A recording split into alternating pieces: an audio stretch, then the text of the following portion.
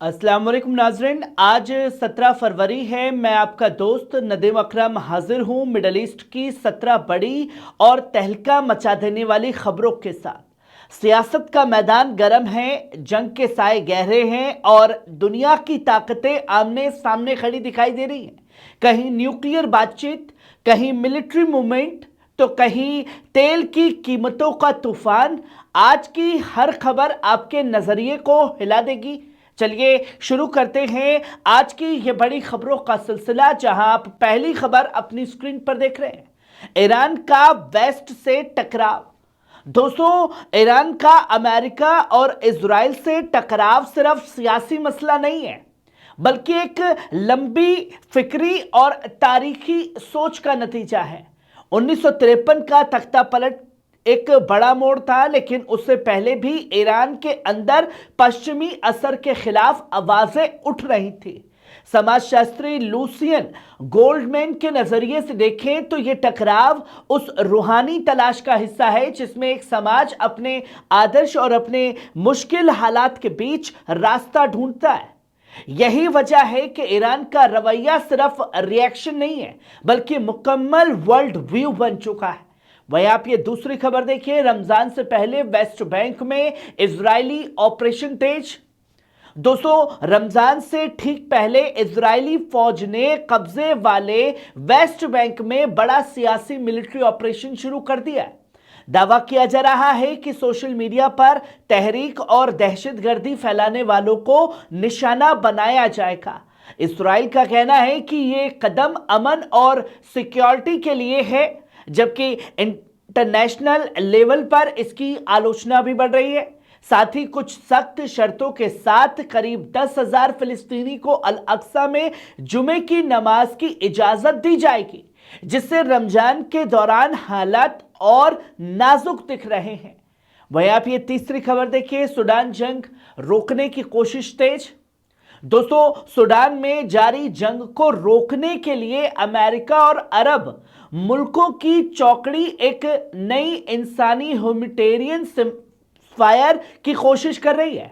खबर है कि जल्द ही यूनाइटेड नेशंस में एक नया प्रस्ताव पेश होगा ताकि सूडानी फौज और रैपिड सपोर्ट फोर्सेस के बीच लड़ाई रुके। अमेरिका ने साफ कहा है कि अगर समझौता नहीं हुआ तो सख्त पाबंदियां भी लग सकती हैं। रमजान और बढ़ते इंसानी संकट के बीच दुनिया की नजर अब यूएन की आने वाली मीटिंग पर टिकी हुई है। वहीं आप ये चौथी खबर देखिए। नाइजर में 1,000 टन यूरेनियम का जखीरा। दोस्तों, नाइजर की मिलिट्री हुकूमत ने करीब 1,000 टन यूरेनियम राजधानी नियामे पहुंचाया है, जिसकी कीमत लगभग $240 मिलियन बताई जा रही है। रिपोर्ट्स के मुताबिक इसे इंटरनेशनल मार्केट में बेचने की तैयारी है, लेकिन फ्रांस के साथ कानूनी पेचीदगियां रास्ता रोक रही हैं। इसी बीच एयरबेस पर हुए हमले में सिक्योरिटी पर बड़े सवाल खड़े कर दिए। हालत यह भी दिखा रहे हैं कि अफ्रीका में यूरेनियम और जियोपॉलिटिक्स की जंग अब और तेज होती जा रही है। वहीं आप ये पांचवी खबर देखिए। 60 दिन में हथियार डालने की डेडलाइन पर हमास का साफ इनकार। दोस्तों, हमास लीडर महमूद मरदावी ने इजरायली मीडिया में आई 60 दिन में हथियार सौंपने की खबरों को पूरी तरह रद्द कर दिया। उनका कहना है कि कोई ऑफिशियल इत्तला नहीं मिली है और यह सिर्फ दबाव बनाने की कोशिश है। मरदावी ने आरोप लगाया है कि वेस्ट बैंक और कुदूस में इजराइल की पॉलिसी से हालात और संगीन हो रहे हैं। साथ ही उन्होंने फिलिस्तीनी फसाइल के बीच इत्तेहाद की जरूरत पर जोर दिया ताकि मौजूदा सियासत और सिक्योरिटी चैलेंज का मिलकर सामना किया जा सके।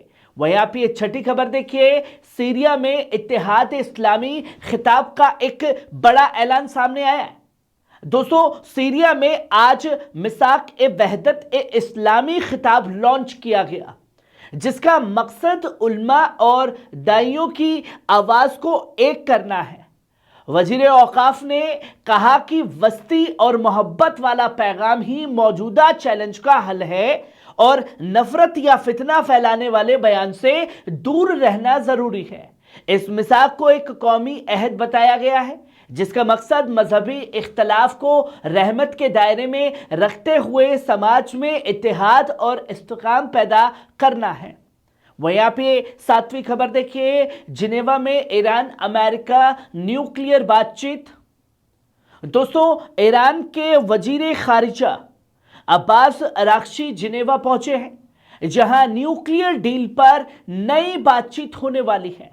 ईरान का कहना है कि वे सिर्फ न्यूक्लियर प्रोग्राम पर बात करेगा और यूरेनियम तख्सीब उसका रेड लाइन है। रिपोर्ट्स के मुताबिक तेहरान कुछ लचीलापन दिखा सकता है, जैसे तख्सीब की लेवल कम करना, लेकिन बदले में पाबंदियां हटाने की शर्त भी है। अब पूरी दुनिया की नजर इस बातचीत पर है कि क्या कोई नया समझौता निकल पाता है या नहीं। वहीं आप ये 8वीं खबर देखिए, सुवेदा में सीरियाई हुकूमत की एंट्री करीब। दोस्तों, सीरिया के सुवेदा शहर में सरकारी फोर्सेस की एंट्री की खबरों ने सोशल मीडिया पर बहस तेज कर दी है।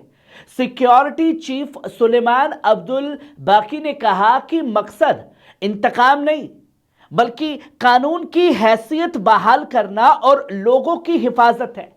रिपोर्ट्स के मुताबिक कुछ स्थानीय ताकतों के साथ समझौते की कोशिशें भी जारी हैं, जबकि शहर में अमन, इमारत और ड्रग्स के खिलाफ ऑपरेशन पर जोर दिया जा रहा है। अब सबकी नजर इस बात पर है कि आने वाले दिनों में हालात किस दिशा में जाते हैं। वहीं आप ये 9वीं खबर देखिए, हिजबुल्लाह चीफ नईम कासिम का बड़ा बयान। दोस्तों, हिजबुल्लाह के सेक्रेटरी जनरल शेख नईम कासिम ने कहा कि उनकी मुकामत की राह जारी रहेगी और वो शहीद कायदीन के मिशन को आगे बढ़ाएंगे। उन्होंने कहा कि लेबनान को ऐसे दुश्मन का सामना है जो तबाही चाहता है, इसलिए सब्र और मजबूती जरूरी है। कासिम ने हथियार छोड़ने की मांग को बड़ी गलती बताया और कहा कि पार्टी जंग नहीं चाहती, लेकिन अपने मुल्क की हिफाजत के लिए हर वक्त तैयार है। वहीं आप ये 10वीं खबर देखिए, तुर्की में कुर्द मसले पर नई सियासी हलचल। दोस्तों, तुर्की में कुर्द मसले को हल करने के लिए सियासी और पार्लियामेंट्री कोशिशें तेज हो गई है। खबर है कि एक वफद ने अब्दुल्ला ओजलान से जेल में मुलाकात की, जबकि पार्लियामेंट में अमन प्रोसेस पर रिपोर्ट तैयार हो रही है। रिपोर्ट्स के मुताबिक हथियार छोड़ने और पार्टी के ढांचे को खत्म करने पर भी बात चल रही है। तुर्की हुकूमत एहतियात के साथ आगे बढ़ रही है, क्योंकि वो पहले पूरी तरह से मिलिट्री कुव्वत खत्म होने की तस्दीक चाहती है। वहीं आप ये 11वीं खबर देखिए, भारत में रोकी गई 3 ऑयल टैंकरों पर ईरान का जवाब। दोस्तों, भारत में 3 ऑयल टैंकर रोके जाने की खबरों पर ईरान की तरफ से बड़ा बयान आया है। ईरानी नेशनल ऑयल कंपनी के हवाले से कहा गया है कि इन टैंकरों या उनके कार्गों का कंपनी से कोई ताल्लुक नहीं है। साथ ही यह भी दावा किया गया है कि इस महीने ईरान के ऑयल एक्सपोर्ट्स में कोई रुकावट नहीं आई। यह बयान उन रिपोर्ट्स के बाद सामने आई है जिसमें कहा गया था कि भारत ने ईरान से जुड़े 3 टैंकरों को हिरासत में ले लिया है। वहीं आप ये 12वीं खबर देखिए, हुर्मुज पर IRGC नेवी का बड़ा दावा सामने आया। दोस्तों, ईरान के रिवोल्यूशनरी गार्ड की नेवल फोर्स के कमांडर अली रजा तंसीरी ने कहा है कि हुर्मुज पर उनकी इंटेलिजेंस निगरानी मुकम्मल और शमूली।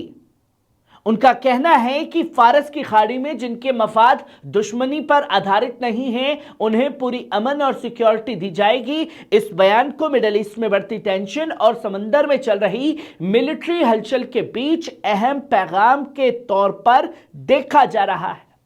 वही आप ये 13वीं खबर देखिए, 16 फरवरी की याद में हिजबुल्लाह के पुराने कायदीन का जिक्र। दोस्तों, 16 फरवरी के मौके पर हिजबुल्लाह से जुड़े पुराने नेताओं अब्बास मुसावी, रागिब हरब और इमाद मुगनिया को याद करते हुए कई बयान सामने आए।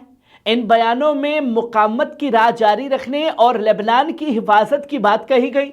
समर्थकों का कहना है कि नई नस्ल इस विरासत को आगे बढ़ाने का अहद दोहरा रही है।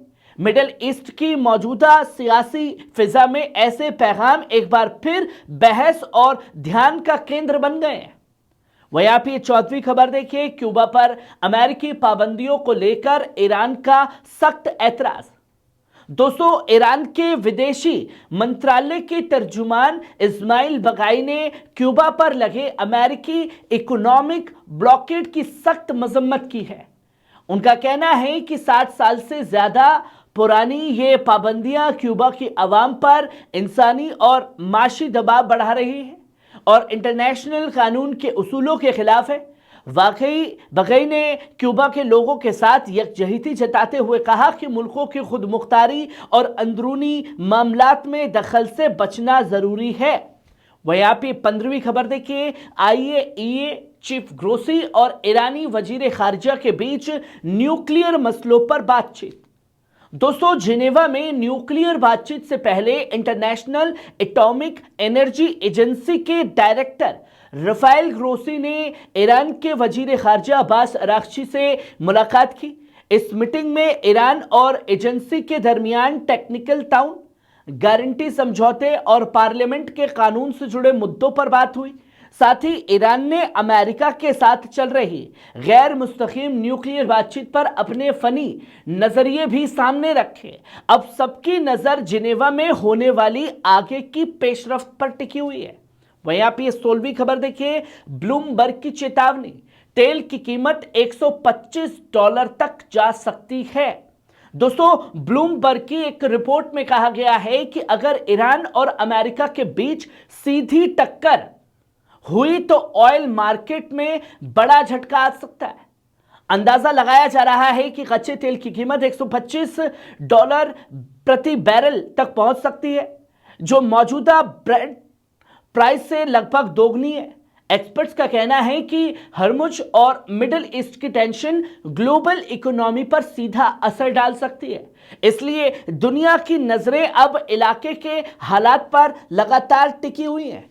वहीं आप आखिरी और 17वीं खबर देखिए, जॉर्डन में मजाक पड़ा भारी। दोस्तों, जॉर्डन के एक पार्क में उस वक्त अफरा तफरी मच गई जब एक नौजवान ने मजाक में चिल्ला दिया कि ईरान ने हमला कर दिया। अचानक लोगों में डर और खौफ का माहौल फैल गया और कई लोग भागने लगे। बाद में पता चला कि यह सिर्फ मजाक था, लेकिन इस वाकये ने दिखा दिया कि मौजूदा टेंशन भरे माहौल में ऐसी बातें लोगों में फौरन दहशत पैदा कर सकती है। एक्सपर्ट्स ने कहा है कि अपील की है कि अफवाह या मजाक से बचें ताकि अमन और सुकून बना रहे। नाज़रीन, ये थी मिडल ईस्ट की 17 सबसे बड़ी अहम खबरें। आपको कैसी लगी? कमेंट बॉक्स में आकर के अपनी राय जरूर दीजिएगा। शुक्रिया।